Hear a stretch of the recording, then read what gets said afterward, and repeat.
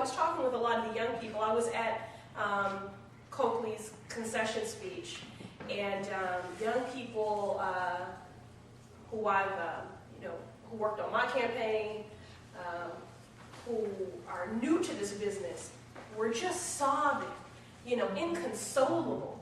And I said, y'all have been spoiled. I cut my teeth on this work, and that's the one thing Democrats knew how to do was lose. I mean, my first, 15 campaigns. Am I alone in that? Okay. I said, you all have been spoiled by the wins of Duvall and Obama. I mean, Democrats, when I was growing up, that's what we did, was we knew how to lose. But we always recovered. And I think this is an opportunity for us to learn some serious lessons and take a good, hard look at our party and our candidates and how our strategies and how we appeal and resonate to voters or don't. And so I think it's a real wake-up call. He was a nude centrifuge. Okay, now that speaks to some of the male-female biases that go on. So if you want to have a talk about the challenges of being a female candidate and some of the double standards, I'm happy to have that conversation because, Martha Coakley, I think she could have done a lot of things differently and better. But certainly if she had ever been half naked in a centerfold, she would not have been a U.S. Senate candidate and certainly would not have been the nominee for the Democratic Party. So. It's a nude centrifuge. I really just. But you know his name, so he did his job. Yeah. So he was successful enough that you actually know who Scott Brown is and you know what he drives. So, so. I heard Obama say one time, we need to look under the hood, and I thought that might have been a reference to what's planned or something like that. When he said, I don't know if anybody else reacted, but we need to look under that hood. Wow, okay. So he has taken Ted Kennedy's seat, held for 47 years. But the good news is he won it in a special election, it's a 2-year term. Yeah. Oh, so you're hopeful? Absolutely. But he's already being hailed as the hunk of the Senate. The New York Post has had American Idol on there, and I heard the women on The View talking about, oh, he's gorgeous, we have a hunk in the Senate, and do you think that played into it at all, or do you really think it was the campaign and the money that the Republicans poured in here at the last minute? I think it was a perfect storm, of all those things. All the stars aligned at exactly the right moment.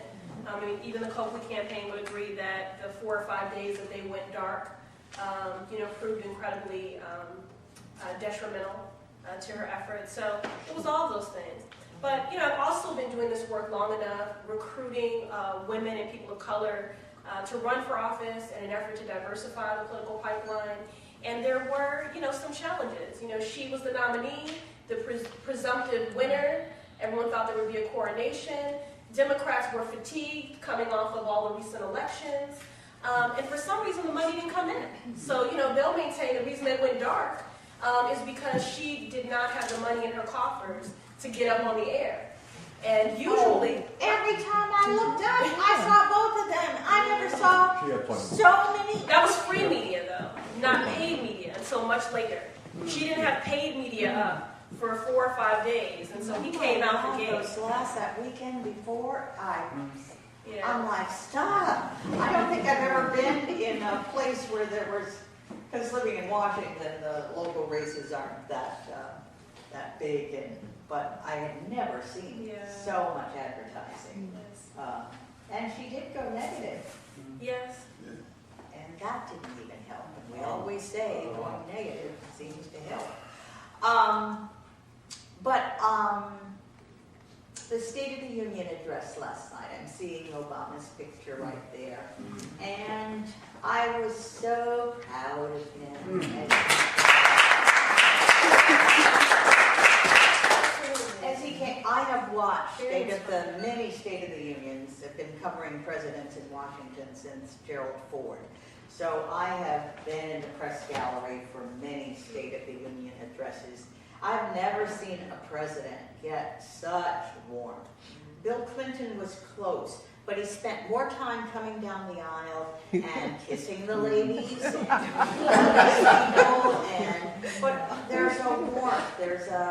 you know, I'm not this cool, aloof thing I'm supposed to be. But anyhow, Well, the kids call that swagger. Yeah. He has it in spades. It does. Yes. And so I listened to his speech, and what do you think of his speech last night? Did he do what he needed to do to help Democrats in this midterm election? Did he say the things that should have been said? Or do you think he missed the boat on anything? It was masterful because he is a master. You know, he is just gifted. You know, I get asked the question a lot because our paths have crossed many times, and because we, you know, have the Chicago. Your paths have crossed? Yes, of course. I did a fundraiser for him when he was running for Senate here in Boston. And many of the people who worked on our presidential campaign, well, I keep saying ours if I'm still an aide. There's a lot of deprogramming I have to do. Okay. So when I worked for Senator Kerry, you know, we were the nominee and, you know, fell short of our presidential run. But many of the people from that campaign are now in his administration.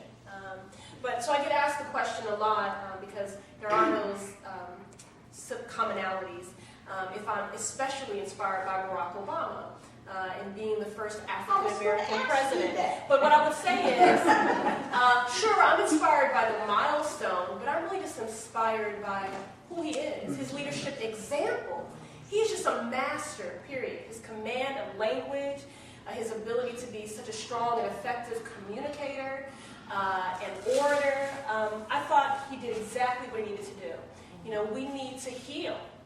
And I think it was He's jacked up the Democrats. That's okay, but it was necessary. It was necessary. But I think He jacked up the Supreme yeah, Court. but it's necessary. I think, you know what? It was very bold. It was very bold. It was very brave. It was also incredibly witty. I thought he hit every note exactly as it needed to be hit in that moment, and I was just so very proud and inspired to be just as brave and just as bold and just as steadfast. I was reading a lot of the coverage today, blogs and whatever, saying that he had set the reset button. He had hit the reset button, and that he did not give up on his plans, his ambition agenda, and said we're plowing through with it. And I never quit. At the end of his, Absolutely. yes. So strong. Yes. But is that what the American people want to hear? I think They're so. worried about jobs. But I think, you Do you know, think he said enough about jobs and helping Main Street instead of Wall Street? I'm not sure. I do. You think so? Yes. Okay, well, you're the politician. Just a lowly media watcher. Not at all. And just based upon the conversations that I've had today in and around City Hall and outside of the building, that seems to be the consensus. So, or did you hit it off the park? Did any of you hear what Chris Matthews said? Yes. Steve last night? Well, let me tell you. Chris Matthews is a friend of mine. I worked with him when he was Tip O'Neill's aide in the Congress, and then he became a journalist and started working for the San Francisco Chronicle, and the rest is history. He became a media commentator and so on. But he's a liberal Democrat. Make sure he knows I won, because he told me I wasn't going to win. So make sure he knows I won. I win. I'd love to tell you. And he is a friend to Obama. I mean, we would consider among media pundits and so on that he's a friend. Last night, as the president, there's video of the president leaving the Capitol building to drive back to the White House. Chris Matthews said, they sang it was a really good speech and everything, and then he said, do you know, I forgot Obama was black for an hour.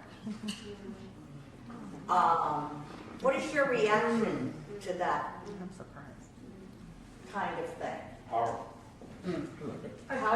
I was horrified.